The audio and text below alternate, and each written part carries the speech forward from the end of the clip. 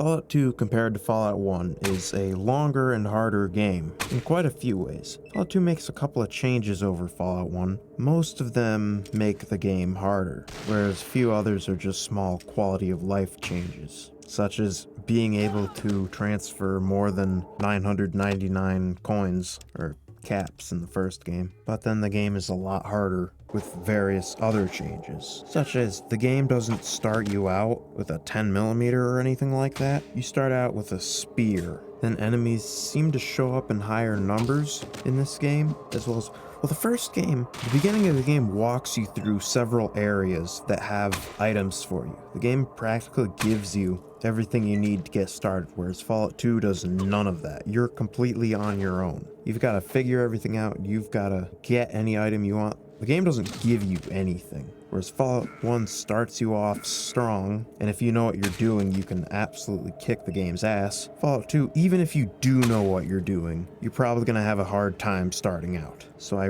really highly recommend playing Fallout 1 first, not because of story. Like, you could totally play 2 first. The only issue is 2's a lot harder, and you're gonna want to know the user interface and controls and everything. So play Fallout 1 first, get used to all that shit, and then maybe try 2. Again, Gifted is the best trait by far. I'm surprised they didn't change that. And all of the specials do exactly the same thing in the first game. Strength for carry weight, perception for accuracy, endurance for health, charisma for absolutely nothing, intelligence for skill points, agility for action points, and luck for critical chance. This is what I like to go with, but you can do whatever. Skills are also the same.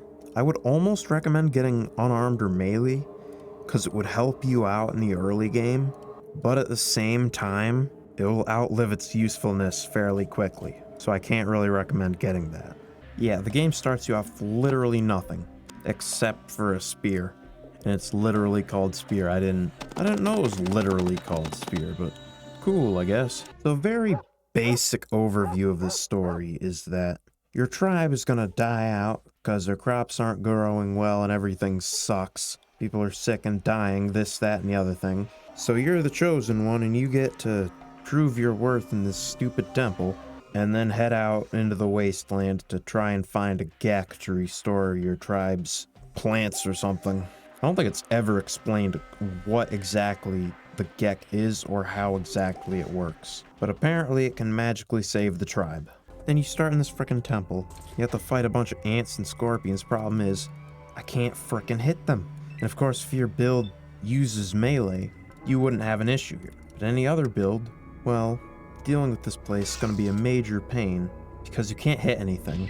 You can't wait and heal while you're here because you aren't wearing the Pip-Boy. And you can only use doctor and or first aid so many times. So if you're not a melee build, you could be in a bit of a sticky situation here. In the inventory menu, there's now a take all button. Nice little change. I just discovered something interesting. Fun tip for you guys: you throw the spear, you're much more likely to hit, even if you do have to pick it back up and whatever. That's kinda nice to know. Yeah, at the end of the temple, you gotta have a fist fight with that guy, and hopefully get lucky enough to actually hit him. So once you're done with your trial, you can talk to the people of the village before you head out, do some tasks for them, get some experiences and other things. Like the first game, you're gonna want to remember to save basically as much as possible, and also talk to basically every NPC, because you never know who's gonna have a quest and who won't. Now you can get a pipe rifle from Vic's shop, but it's still a total piece of crap. But it's better than nothing. Still gonna find heading out into the wasteland that you're gonna be horribly outmatched. And with the enemies not dropping armor, not only do you need to find a weapon, you're also gonna need to get armor, which isn't really any easier. Making progress in 2 compared to 1 is a lot slower. Like in 1, if you really know what you're doing, you can get plenty of good gear really early. In Fallout 2, it's a lot harder to do that. Even if you do know what you're doing, you can still kind of struggle in the early game. And it seems like in the second game, NPCs tend to have more health. Like they have about as much health as you do, or more. Where in the first game, a lot of NPCs would have less health than you, which I didn't notice until I went back and replayed the first game for a little extra perspective. Now, your best shot at getting a weapon would be to come across a bunch of NPCs fighting each other, and then just wait for one side to win or help a side. Then at the end, with the assistance of other NPCs, you can claim all the loot, and really that's probably the best way to get a weapon early on. Well, one that doesn't completely suck. Because on your own against other NPCs, you really don't stand much of a chance at the beginning of the game. So you're really going to have to hope that you get a random encounter with NPCs fighting each other that you can swoop in and help a side, or let them figure it out and take the loot.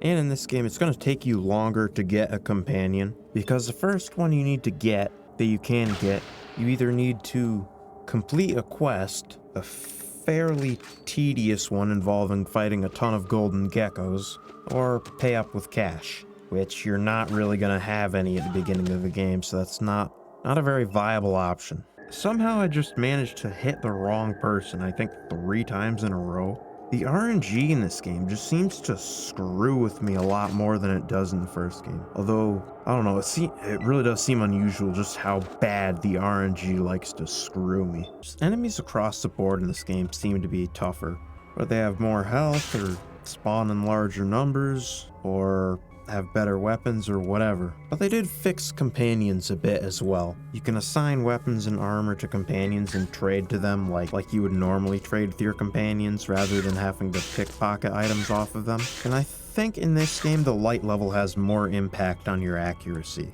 I think NPCs in the first game generally dropped more loot, like more ammo, more money, more melee weapons, backup melee weapons, just all sorts of crap. So in the second game, it's a lot harder to make money because of all the different bits of loot that have been reduced. And also in the second game, there's no time limit or anything. They can basically screw off as much as you want, which is nice. Also, one more thing about like being harder to make money. Like in the first game, a really good way of making money was doing caravans, because like for the trading caravan company, you get paid 600 caps each way, and you're basically guaranteed to come into a fight where it's you and a bunch of guards versus whatever. But if you end up fighting like raiders or something, you get all the loot and you're not in anywhere near as much danger with all the other people helping. Whereas in this game, caravans don't pay anywhere near as much, and it seems like you almost never encounter anything. Also, in Fallout 2, the first companion you can get, being Sulik,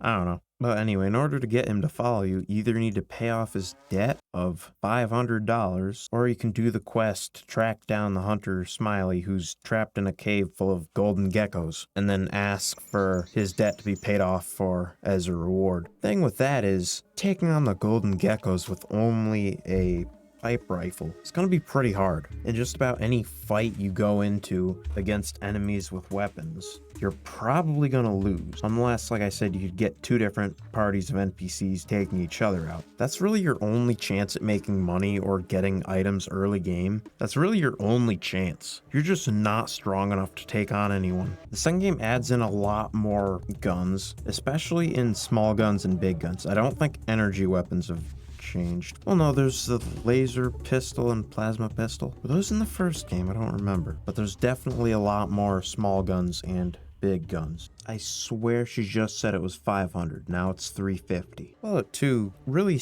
stays true to the first game, where it really counts, while also building upon and expanding on the content in the first game. More quests and more weapons and a bigger, more fleshed out story and factions. I really understand why people say that Fallout 2 is better than 1. It's certainly a lot harder, which could be a turnoff for some people, but it is the more fleshed out game. This old style of game design can really be tricky, because quests are not marked and the quest description is incredibly vague, so it can really be hard to figure out what you're supposed to be doing, which I kind of wish they could have had a better quest log that was more descriptive and would actually like contain clues that you could look back at to try and figure out what you're doing or remember what quest was supposed to be. Because with quests like the ones in this game, it can be very easy to forget what you were supposed to do or where you were supposed to go, or just straight up not know. And if you could check your Pip-Boy and have like the full quest details and everything that you could look back on, that would be a lot more helpful. One other thing I should mention, I found it really easy in the first game to like get some levels and get like your first perk and everything, where in this game even leveling up seems to take a lot more effort to do. Although once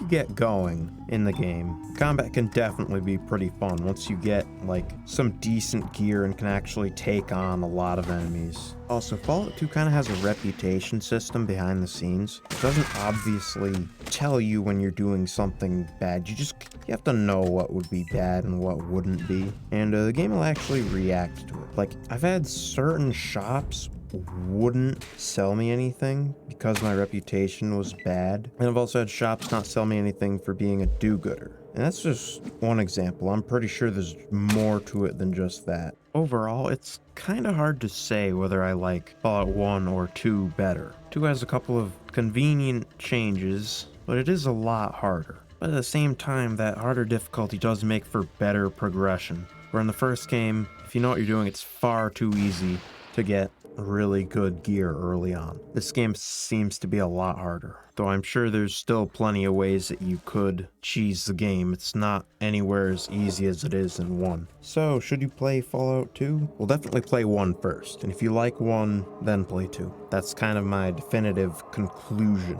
I would like to say that the first 2 games are worth experiencing, even if you have to do it with a guide. But I think there is something to these games that is special and should be experienced, even if you have to do it with a guide or something else. And I wouldn't blame you for looking things up or using the Wikipedia or the game's wiki. I certainly did.